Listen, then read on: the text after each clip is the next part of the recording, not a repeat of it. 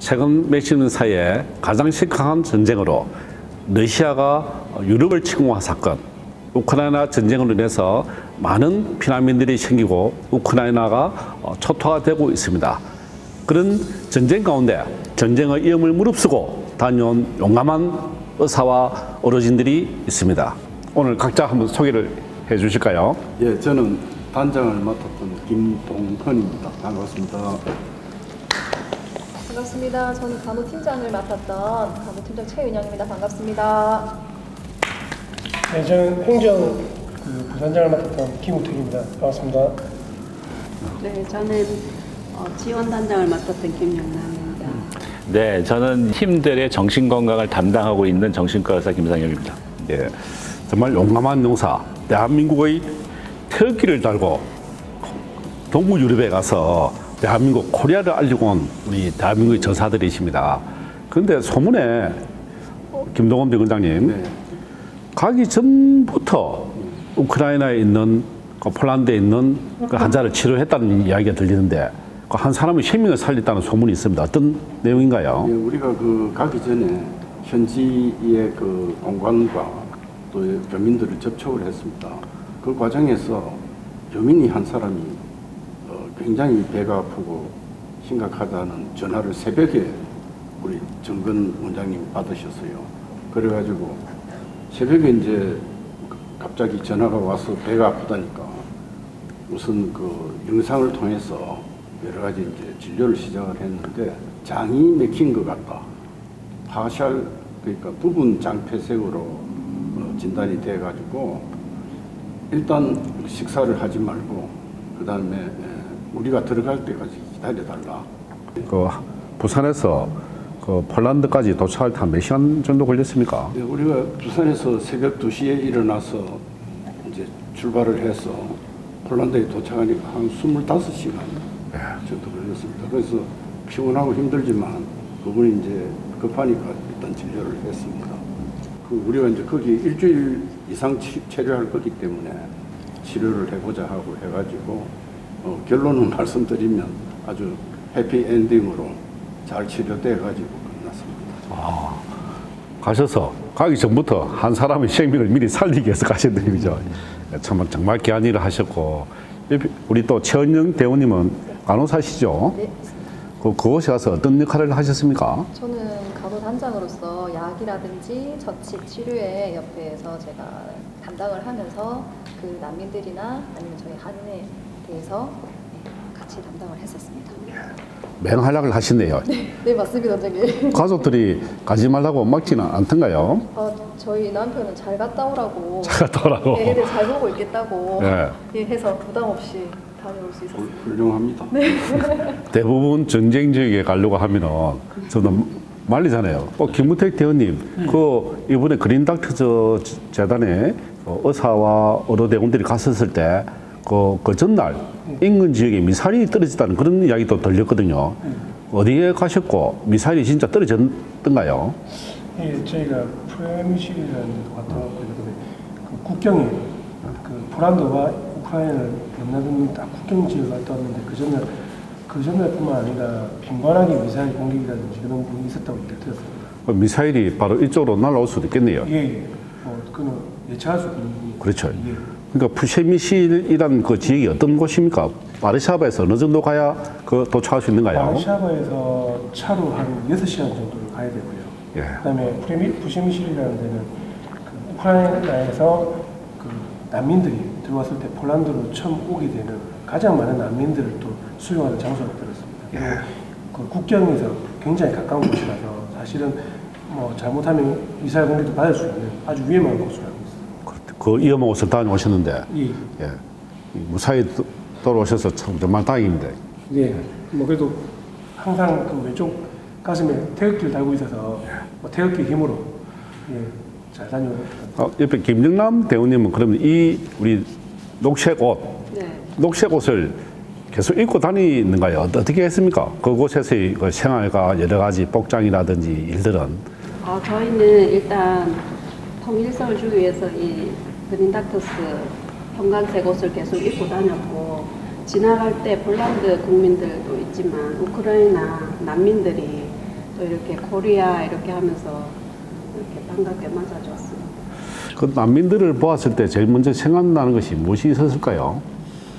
예, 이게 이제 저는 6.25 때 태어났으니까 우리가 6.25 직후에 어린 시절을 보냈는데 사실 우리가 겪은 그 경험이나 지금 그 사람들이 겪고 있는 경험이나 다르지 않았어요. 난민수용소에서 부모님들 떨어져서 이렇게 뭐 우리가 과자나 뭐 이런 걸 나눠주니까 치료는 물론이고 나눠주니까 막 하나 더 달라고 하는데 제가 사실 눈에서 눈물이 나왔어요. 그 참 불쌍하다는 생각 들고 이 전쟁이란 게 이 전쟁은 어른들이 이렇게 하는데 생고생은 이 애들이 정신적인 그 고통도 받고 힘들게 되는구나 하는 걸 느꼈습니다. 그래서 사실은 우리가 거기 가서 진료를 하면 뭐 수십만 난민 중에 몇 명을 받아들이겠습니까? 그러나 우리가 그 사람들의 그 아픈 마음을 조금 어루만져 줄 수 있었다는 거, 거기에 큰 의미가 있다고 생각합니다. 우크라이나 전쟁에서 피난 온 분들이 가장 먼저 국경지에 있는 곳이 푸셰미실 난민지겠죠. 그곳에 갔을 때 어떤 느낌이 들었습니까? 일단 저는 사실 한국에 있는 가족들 제가 생각해요. 한국 가족들. 예, 왜냐면 제가 우크라이나 태어났었다면 저도 거기서 있었을 거라는 생각도 들고요. 그리고 그 국경을 넘어서 다시 우크라이나로 가는 사람들을 봤습니다. 그런데 가족들이 있기 때문에 또 다시 우크라이나로 그 전쟁 지역인 데로 넘어가는 모습을 보면서 나라를 절대 잃으면 안 되고 또 나라 사랑을 해야 되고 또 많은 또 도움을 줘야 된다. 나라를 지켜야 되겠다. 예. 그런 생각 들어요. 그러면은 이번 그린다크스 의료 지원단 파견이 대한민국 국가로서는 어떻게 보면 최초의 일이고 그 현장에서도 사실은 코로나 영향이라든지 또 입국이 여러 가지 어려움이 있다든지 그런 문제 때문에 상당히 어려워서 의료 지원단이 오지를 못했다고 했는데 그 그린다크스 의료단은 가서 어떤 역할을 가능했는가요? 처음에 거기 대사관하고 영사관, 한인회 이런 데서 다 진료는 불가능하다. 그렇게 해서 저희는 정말 의료봉사를 너무 열심히 하려고 준비를 해갔는데 그런 모든 것들이 계속 이렇게 막는 사람들이 좀 많았습니다. 근데 그린닥터스는 20몇 년 역사 동안 안 되는 걸 계속 개척해서 진행해왔던 실력 있는 그 의료봉사 단체거든요. 정근 이사장님과 그리고 그 영사관, 대사관 협력하여서 모든 진료를 이렇게 아름답게 펼칠 수 있었습니다. 결과도 난민들에게 직접적인 도움이 되는 그런 치료가 진짜 그 현장에서 계속 일어났거든요. 그래서 너무 감사했습니다. 그래서 처음에 저희들이 갔을 때 과연 의료를 할 수 있을까 반신반의를 하고 힘들 것이다. 그래서 현지 교민들도 와서 뭐 할 것이 있겠느냐 그렇게 반신반의하고 우려를 했는데 현장에 도착해서 진료를 하니까 어땠습니까?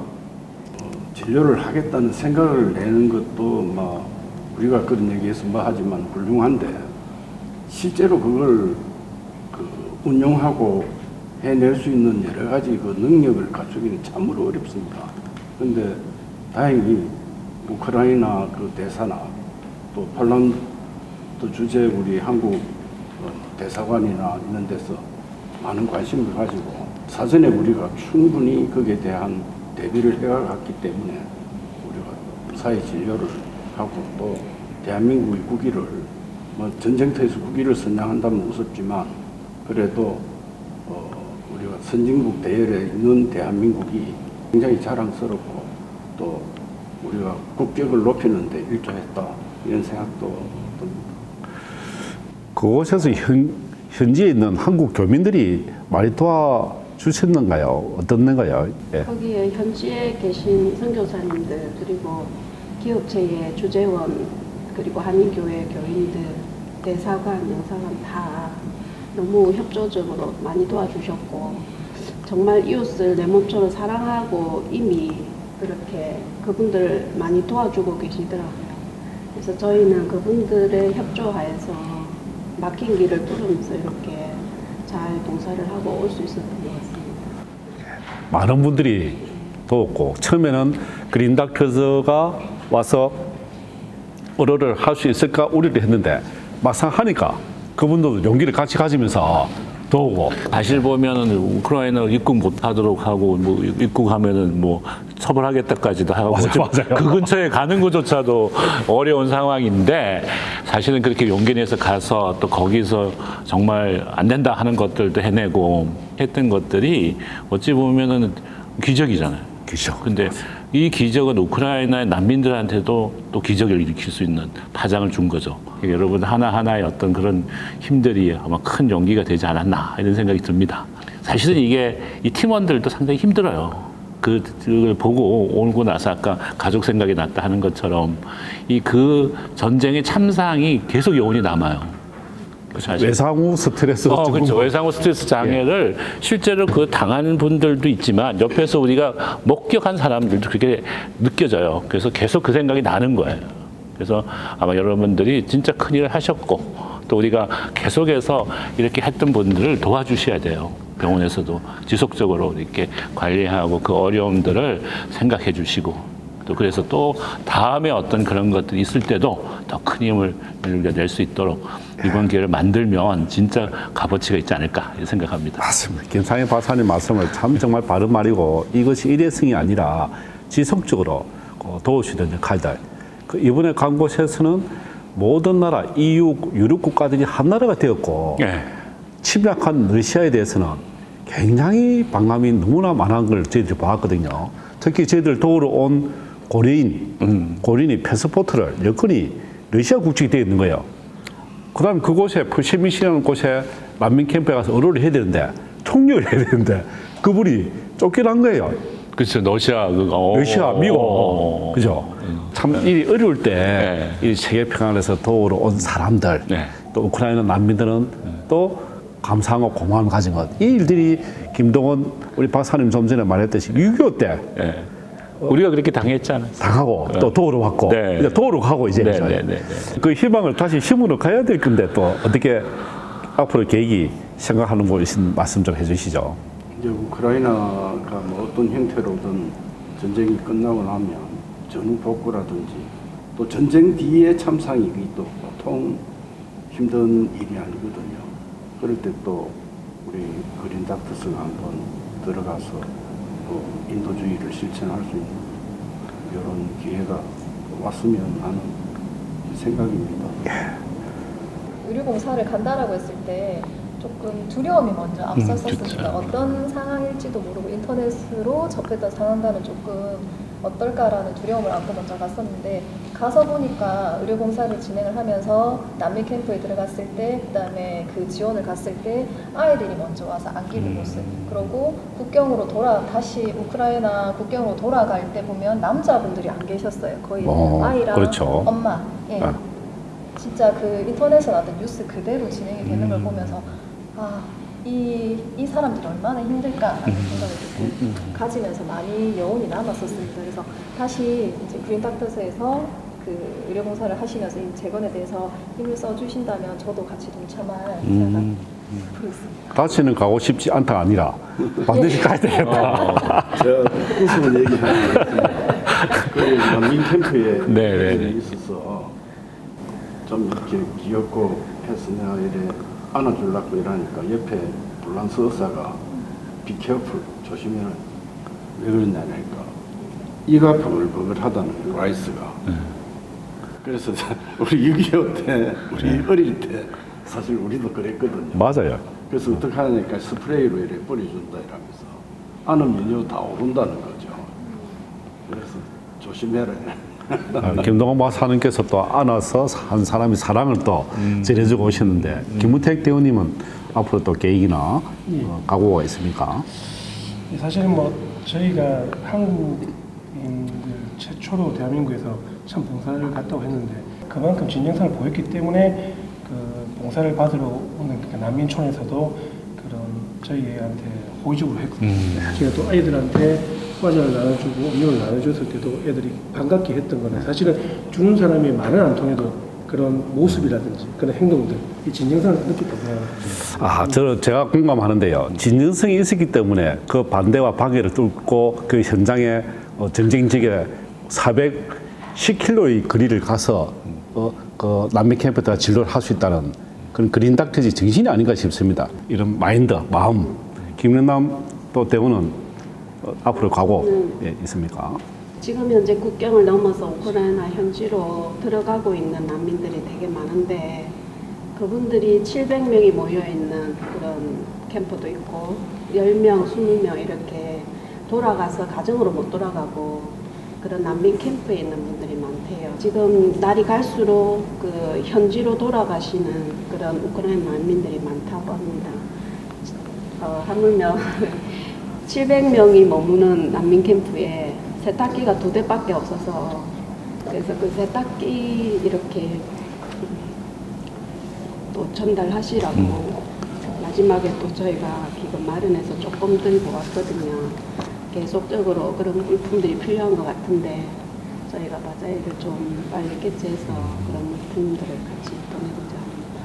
김창희 박사님 마지막으로 네, 해주신 말씀. 오늘도 이야기 들어보면 그래요. 이게 여러분들 땅과 이렇게 지금 눈물이 이게 모여서 우리가 겨울이 되잖아요. 강이 되고 내가 봤을 때 이게 큰 강이 될 것 같아요. 지금 마음 같으면. 그래서 우리가 이번에 만들어냈던 이 작은 겨울이지만 이거 살려서 정말 우크라이나 난민들한테 생명수를 주는 그런 강들이 이루어졌으면 하는 그런 마음입니다.